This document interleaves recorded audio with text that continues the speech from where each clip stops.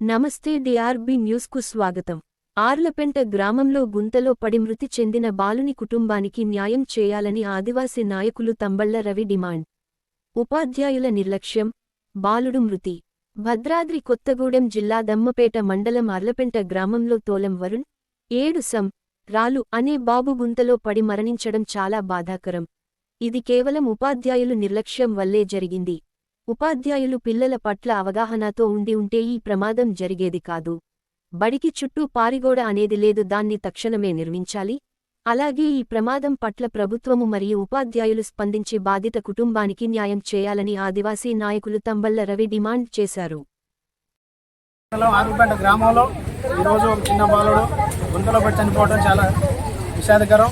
కేవలం ఇది ఉపాధ్యాయుల నిర్లక్ష్యంలో జరిగింది.